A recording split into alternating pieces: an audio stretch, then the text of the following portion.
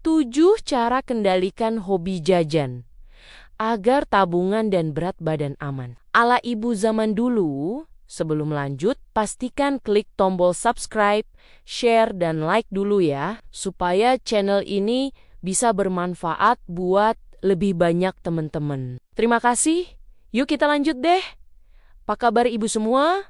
Moga sehat-sehat terus ya. Bu, pernah tidak merasa baru saja gajian, tapi kok saldo di rekening rasanya seperti numpang lewat saja gara-gara godaan aplikasi pesan antar yang notifikasinya lebih rajin menyapa daripada suami sendiri. Belum lagi kalau sore-sore dengar bunyi ting-ting, abang tukang bakso di depan rumah. Rasanya iman ini goyah lebih hebat daripada kena gempa bumi. Apalagi melihat timbangan yang angkanya makin ke kanan, tapi tabungan malah makin ke kiri. Menurut sebuah artikel gaya hidup yang baru saya baca, fenomena jajan berlebihan atau pengeluaran impulsif ini memang lagi jadi racun buat dompet kita.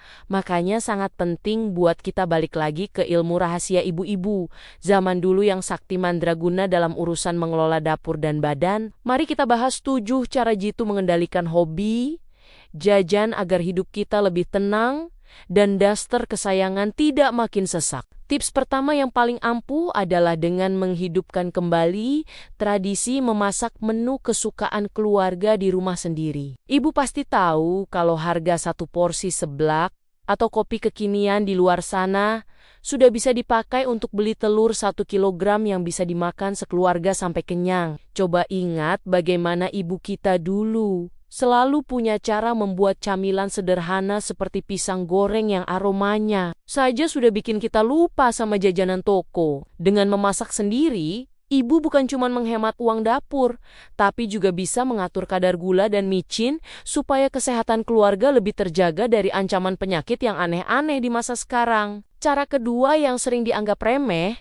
padahal efeknya luar biasa adalah selalu membawa botol minum sendiri kemanapun ibu pergi. Coba hitung berapa banyak uang yang habis hanya untuk beli air mineral, botolan atau teh kemasan saat ibu sedang menjemput anak sekolah atau belanja ke pasar. Ibu zaman dulu itu paling rajin bawa bekal air putih dari rumah. Bahkan sampai sekarang pun kebiasaan itu tetap jadi penyelamat kantong yang paling logis. Selain ramah lingkungan karena mengurangi sampah plastik, kebiasaan ini juga membuat kita terhindar dari godaan membeli minuman manis yang hanya akan menambah angka di timbangan tanpa memberikan nutrisi apapun. Selanjutnya, tips ketiga adalah memberikan batasan uang jajan harian untuk diri sendiri dengan cara yang sangat disiplin. Ibu bisa meniru gaya nenek kita dulu yang memisahkan uang belanja dengan uang jajan dalam kantong atau dompet yang berbeda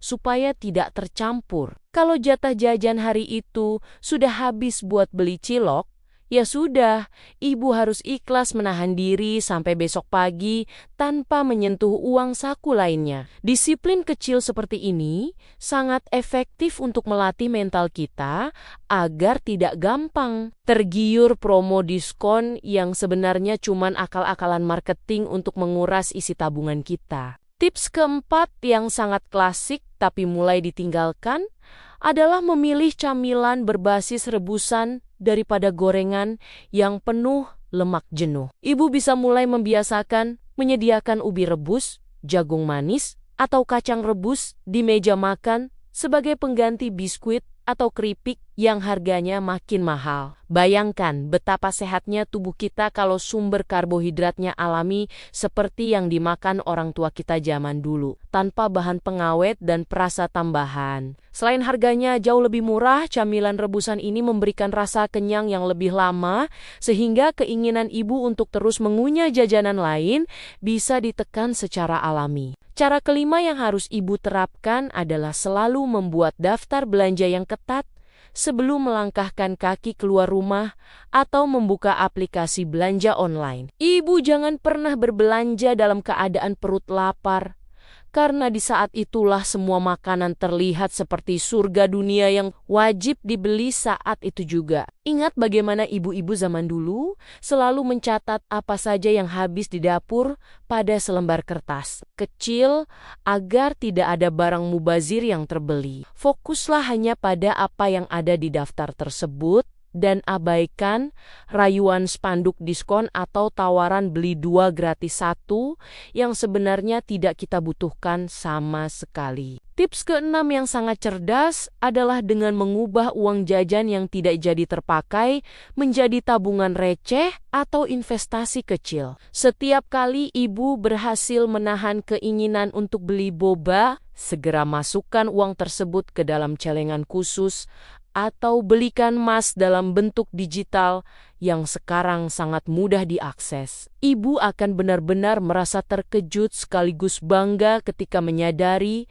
betapa cepatnya uang receh yang selama ini sering dianggap sepele itu bisa terkumpul menjadi jumlah yang besar, asalkan dilakukan dengan disiplin dan konsisten setiap hari tanpa terlewat. Kebiasaan sederhana ini, meskipun tampak kecil di awal, ternyata mampu memberikan hasil yang signifikan seiring berjalannya waktu, bahkan bisa menjadi tabungan yang berguna untuk berbagai kebutuhan di masa depan. Selain itu, langkah ini juga merupakan bentuk apresiasi dan penghargaan terhadap diri sendiri yang jauh lebih bermakna dan bernilai jangka panjang dibandingkan dengan menghabiskan uang untuk hal-hal yang hanya memberikan kepuasan sesaat, seperti membeli makanan atau camilan yang hanya menyenangkan lidah untuk beberapa menit saja. Kebiasaan menabung ini jelas memberikan manfaat yang lebih nyata. Pengeluaran kecil yang tidak terkontrol itu seringkali hanya berujung menjadi lemak di perut, tanpa memberikan dampak positif yang berarti, sementara kebiasaan menabung justru membantu membangun kestabilan finansial dan rasa puas yang lebih mendalam. Terakhir, tips ketujuh adalah menerapkan aturan tunggu 20 menit sebelum memutuskan untuk membeli jajanan yang sedang sangat diinginkan. Seringkali keinginan jajan itu hanyalah lapar mata atau stres sesaat yang sebenarnya bisa hilang kalau kita mengalihkannya dengan aktivitas lain seperti membereskan rumah atau bermain dengan anak. Ibu zaman dulu sangat ahli dalam hal menunda kesenangan demi kebutuhan yang lebih besar.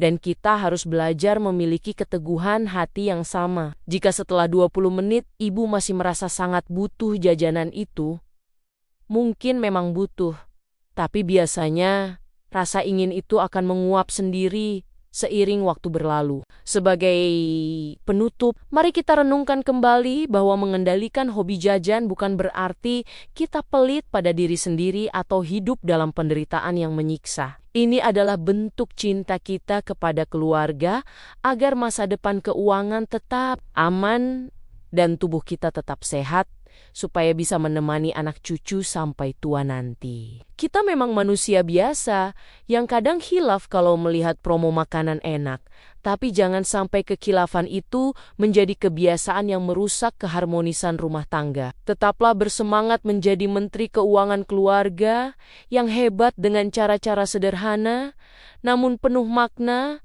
seperti yang diajarkan oleh para sesepuh kita. Ibu pasti bisa melakukannya, karena kekuatan seorang ibu itu luar biasa. Asalkan ada niat dan kemauan untuk berubah menjadi lebih baik demi masa depan yang lebih cerah. Demikian, terima kasih sudah mendengarkan ceritaku kali ini. Sampai ketemu lagi di cerita-cerita berikutnya. Tetap semangat ya ibu-ibu.